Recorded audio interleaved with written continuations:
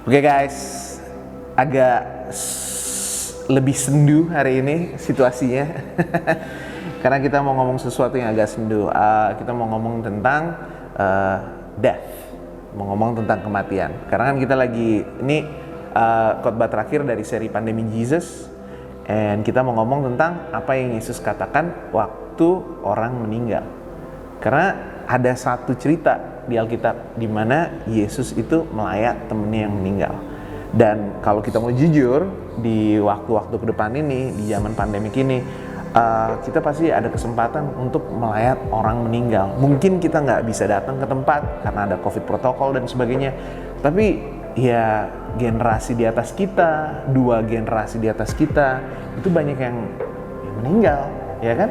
Dan kadang-kadang walaupun bukan COVID, tetap ada COVID protokolnya dan sebagainya. Ada yang karena gula, ada yang karena pernapasan dan sebagainya. Apapun itu, banyak orang meninggal. Dan di saat-saat ini di mana mereka mesti dengar tentang apa yang Tuhan Yesus tawarkan, ya kan?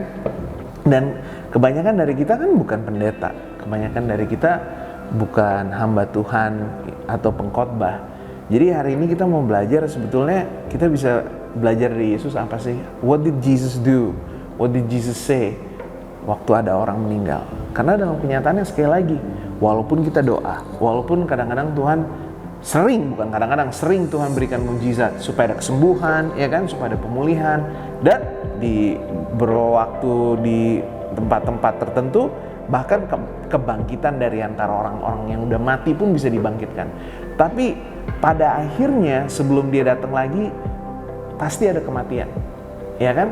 Dan kita mesti belajar dari Tuhan Yesus apa yang dia sharing di waktu dia ngelayat orang meninggal, supaya we can learn the understanding yang dia bagikan, supaya kita bisa jadi berkat buat teman-teman kita yang kehilangan orang-orang yang mereka sayang.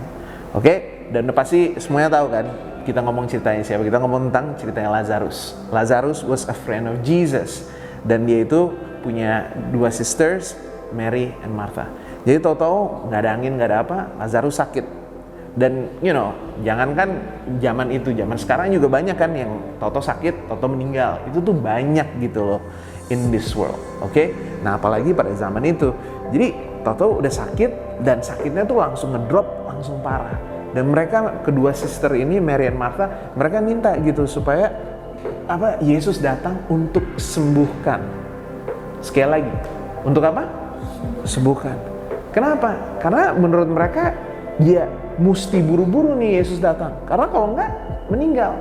Dan menurut mereka ya kalau meninggal, ya meninggal. Ya.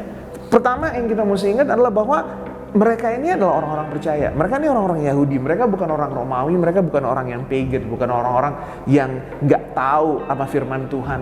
Oke, mereka mengerti kok bahwa ada kebangkitan orang mati. Makanya waktu Yesus tanya, Martha, apakah kamu percaya akan kebangkitan orang mati? Dia bilang, yes, saya percaya kalau misalnya kehadirat Tuhan datang pada hari akhirnya, pada penghakiman itu, maka ada kebangkitan daripada orang mati. Tapi di situ Yesus bilang, Aku adalah kebangkitan dan yang hidup. Barang siapa percaya kepadaku, ia akan hidup walaupun ia sudah mati. Jadi sekali lagi, waktu mereka minta Yesus datang, Yesus datang, tolong datang, tolong. Jangan sampai dia mati. Yesus bilang apa? It's okay, it's not a problem. Murid-muridnya pada bingung, semuanya pada tanya, Yesus ayo dong, go there quickly, sebelum dia mati, sebelum semuanya itu selesai. Karena mau itu sakitnya parah, nggak parah, mau sakitnya lama ataupun cepat, if it's dead, kalau orangnya udah mati, it's over. Tapi Yesus, it doesn't seem like it's over for Jesus. Kayaknya belum selesai gitu ceritanya. Dia santai, dia bilang, tenang, belum waktunya. Jadi waktu mereka buru-buru minta Yesus datang, Yesus nggak terburu-buru, ya. By the way, that's a theological thing. Itu sesuatu poin teologi you guys have to understand. Pernah lihat Yesus lari nggak? Ada nggak pernah dibilang? Ada 2 hal Yesus nggak pernah lakukan.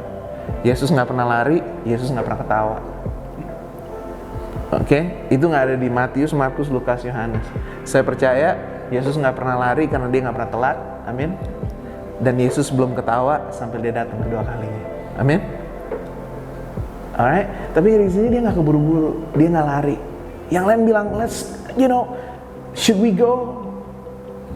Kalau meninggal gimana? Kalau telat gimana? Yesus nggak. Yesus santai aja. And then Jesus went there, dan benar udah meninggal, ya kan? Tapi sekali lagi, kalau sama Yesus, death is not the end. Di kitab Yohanes, ada mati, ada hidup, ada terang, ada gelap, ada kekal, ada fana. Dan di sini Yesus tunjukkan bahwa di dalam Dia ada hidup yang kekal. Kita ngomong hidup yang kekal itu di firman Tuhan di kitab Matius, Markus, Lukas, Yohanes. Yang paling sering ngomong tentang hidup yang kekal itu Yohanes. Dan di situ di dalam kitab Yohanes itu Yesus berulang kali bilang, ada hidup ini, ada hidup yang kekal. Ada hidup di dalam tubuh ini, ada di dalam tubuh yang sudah diubahkan oleh Roh, hidup yang kekal. Dan di sini kita bisa lihat bahwa Yesus bilang, tanpa aku, tanpa lahir baru di dalam aku, ya kan, Yohanes pasal yang 3, tidak ada hidup yang kekal. There's no eternal life outside of me. You can have life. Dia di Yohanes 15 bilang apa? Engkau bisa berbuah. Tapi buahnya seperti apa? Atau lebih kasar lagi dia ngomongnya gini, I am the vine, you are the branches, without me engkau gak bisa berbuah. Aku anggur pokoknya, dan engkau carang-carangnya. Tanpa aku engkau tidak akan berbuah. Jadi maksudnya apa? If you want eternal life, kalau mau yang kekal, you have to come to me. Tapi yang hidup yang kutawarkan berbeda dengan hidup yang definisi manusia biasa. Jadi maksudnya apa? Jadi Yesus kesitu bilang, I know his body is dead, tapi di dalam aku adalah kebangkitan. Nah di sini kita mesti pisahin, mana Yesus, mana kita. Tolong waktu melayat, waktu jenguk orang, waktu mendoakan orang yang baru kehilangan orang, jangan datang terus bilang, tenang dia masih tidur. Bangun. Kecuali dengar dari Tuhan Yesus, please don't do that. Arti tahu ya, ada orang-orang kayak gitu dan ada akhirnya keluarga kecewa. Ya kan, kita udah lihat teman-teman kita yang dari sama kita, Pantekosta, karismatik, mereka lakukan itu, orang-orang pada kecewa. Nah kenapa? Karena kalau nggak dengar dari Tuhan, jangan lakukan itu. Karena Tuhan Yesus bilang, I'm going to do this. The reason Jesus did that bukan cuma karena dia mengasihi Lazarus, tapi supaya semua orang tahu bahwa dia ada kebangkitan, ya kan? Dan bahwa dia berbicara dengan otoritas Tuhan. There is a reason why Jesus did it that way. Setuju? Nah, di sini, tapi yang paling penting kita bisa, walaupun kita nggak bisa bangkitkan seperti Yesus bangkitkan Lazarus, tapi kita bisa ingatkan kepada semuanya bahwa Yesus adalah kebangkitan dan hidup. Sekali lagi, kebangkitan dan hidup. Barang siapa percaya kepadaku, ia akan hidup walaupun ia sudah mati. Jadi menurut Yesus apa? Mati yang badan nih, mati yang tubuh, itu bukan mati roh. Walaupun tubuhnya mati, kalau dalam Yesus, di mana Yesus, there is life. Di situ ada hidup. Berarti apa? Walaupun nafas, walaupun makan, walaupun lari-lari, walaupun loncat-loncat, tanpa Yesus ada hidup nggak? Nggak ada hidup. Jadi hidup yang dia tawarkan, hidup yang kekal, itu tidak bisa di stop oleh mati. That's not the life Jesus is talking about. Karena kalau cuma tentang hidup yang seperti itu, Lazarus mati. Jangankan Lazarus, Petrus mati, ya kan? Paulus mati. Tapi kalau kita berbicara tentang hidup yang kekal, itu cuma ada dengan Yesus. Dan kalau ada Yesus, ada kehidupan. Dan berarti walaupun badannya sudah berhenti bernafas, walaupun dia nggak bisa berdiri lagi, walaupun sudah jadi tulang, walaupun debu kembali jadi debu, bersama Yesus ada hidup. Waktu mama sakit kanker, kan my mom sempat Tuhan izinkan sembuh. 1 tahun, 2 tahun, 3 tahun, 4 tahun, tapi tahun kelima datang lagi, tahun ke-6 datang lagi, dan gak lama kemudian she passed away. Dan waktu itu tuh mama tuh sampai nangis. Tentunya dia kesakitan, tentunya dia ketakutan, dan sebagainya. Tapi salah satu yang dia itu sedih adalah bahwa dia nggak bisa jadi kesaksian. Jadi waktu dia itu terima kesembuhan yang pertama kali, dia itu bersaksi di mana-mana dia terima kesembuhan daripada Tuhan Yesus. Nah, dia takut kalau dia kena lagi dan meninggal sebelum dia usianya 60, 70 dan sebagainya. Dia takut bahwa orang-orang yang udah terima Tuhan Yesus, dia itu bakal bilang, oh tuh kesaksiannya bohong atau kesembuhannya bohong. Terutama saudaranya dia sendiri, karena Imam kan bukan dari orang Kristen, dia nggak lahir sebagai orang Kristen di keluarga Kristen. Tapi ini yang kita mesti bedain. Untuk semua orang yang dengar ini di gereja online, atau kalau misalnya kita sharing ke teman-teman kita, terima Yesus, nggak terima Yesus, ada Yesus, nggak ada Yesus. Kalau Tuhan sudah panggil dari debu jadi debu. Sekali lagi, ada Tuhan Yesus, nggak Tuhan Yesus. Kalau di luar hujan kita basah juga, setuju? Kalau lagi ada krisis ekonomi kita susah juga, setuju? Kalau misalnya orang-orang semuanya lagi kebanjiran, kita rumahnya di sebelahnya, kita kebanjiran juga, ya nggak sih? Bukan berarti kalau kita ada Yesus semuanya kebanjiran, wah rumah gua kering, kan kayak gitu, ya kan? Dan pada akhirnya semuanya dengar dari sini. Walaupun kita berdoa untuk mukjizat, setuju? Walaupun kita berdoa untuk kesembuhan, walaupun kita berdoa untuk segala sesuatunya, kalau Tuhan sudah panggil, kalau memang waktunya dari debu jadi debu. Tapi selama kita hidup di sini, kalau kita sudah bersama Yesus, di situ ada kehidupan dan hidup yang kekal. Tuhan Yesus nggak bilang kalau aku kembali lagi makan ada yang hidup yang kekal. Enggak, kalau engkau bersamaku. Jadi kalau kita punya Yesus dari sekarang, berarti hidup yang kekal, hidup yang selama-lamanya itu kita sudah punya. Berarti waktu kita mati sampai dia datang kembali, kita tetap ada hidup karena kita tetap bersama Yesus. Jadi yang hari ini kita mau belajar apa? Di dalam Yesus ada hidup. Di luar Yesus tidak ada hidup. Mau lo nafas, mau lo punya duit, mau lo bisa lari, you can have sex, you can do all these things. Kalau nggak ada Yesus, maka hidup bukan hidup yang kekal. Walaupun lo nafas, walaupun lo lakukan semuanya. Tapi bersama Yesus, walaupun semua dokter bilang sudah mati, walaupun udah masuk kubur, udah ditutup di peti, udah digali kuburnya, masuk udah ditutup pakai tanah, mau udah dibakar, mau udah apapun, I don't know what people do with funerals around the world. Tapi kalau dia dalam hidupnya dia bersama Yesus, maka pada akhirnya dia akan selalu bersama Yesus. Dan di dalam Yesus sekali lagi ada hidup. Bukan cuma hidup yang biasa, tapi hidup yang jadi ini kalau misalnya ketemu sama orang yang lagi meninggal, bilang aja, gue nggak tahu dia tuh sekarang lagi ngapain, apa rohnya, gue secara teologi nggak ngerti, badannya mati tapi rohnya, jiwanya gue nggak ngerti. Tapi yang gue tahu cuma satu, kalau dia di dalam hidup yang ini bersama Yesus, berarti dia sekarang hidup dalam Yesus, walaupun badannya udah mati. Setuju? It's not high theology, guys. Ini bukan teologi yang wah bagaimana, tapi ini teologi yang penting. Karena untuk orang Kristen yang ini harus kita belajar. Semua yang percaya Kristus, kita ngomong orang Kristen, semua yang percaya Yesus, mau pakai salib, pakai jilbab, ya kan, mau baju putih, baju merah, serah. Semua yang percaya Yesus adalah Raja dan minta pengampunan dan keselamatan dari Yesus.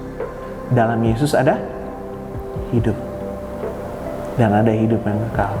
Dia adalah kebangkitan. Berarti apa?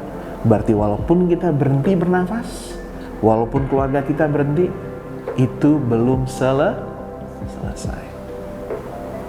Dan itu pengharapan kita. Itu pengharapan kita. Bahwa walaupun kita mati, walaupun yang kita kasihi mati, segala sesuatunya belum selesai.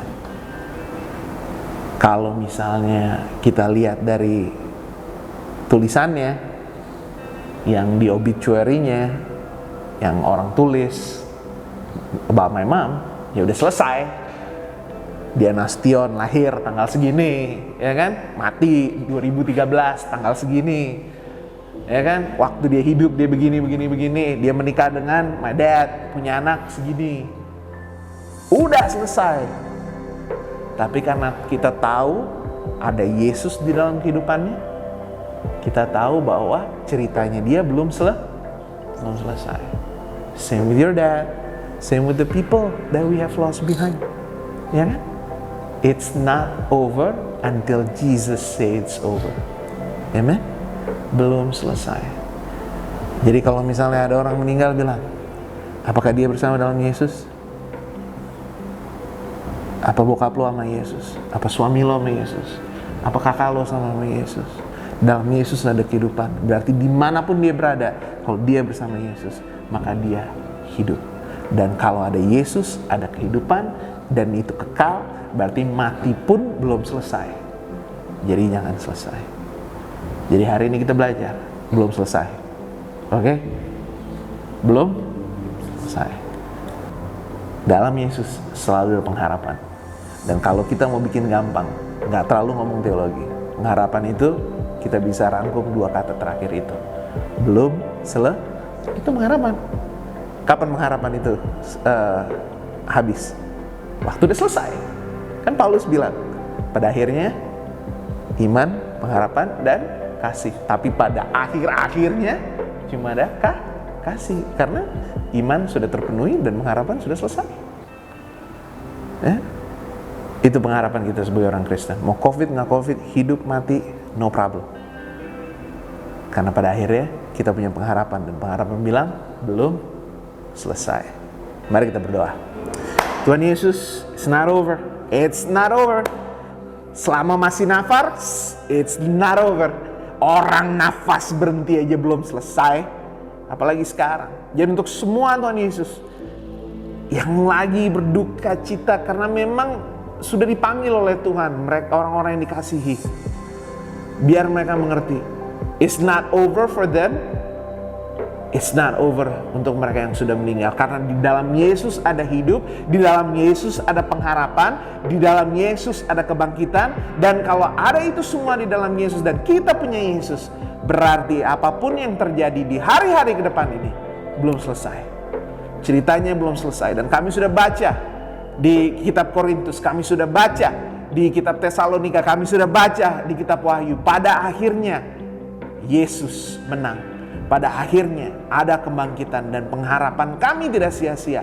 Pengharapan kami ada di dalam Tuhan yang hidup setelah dia mati dan dibangkitkan.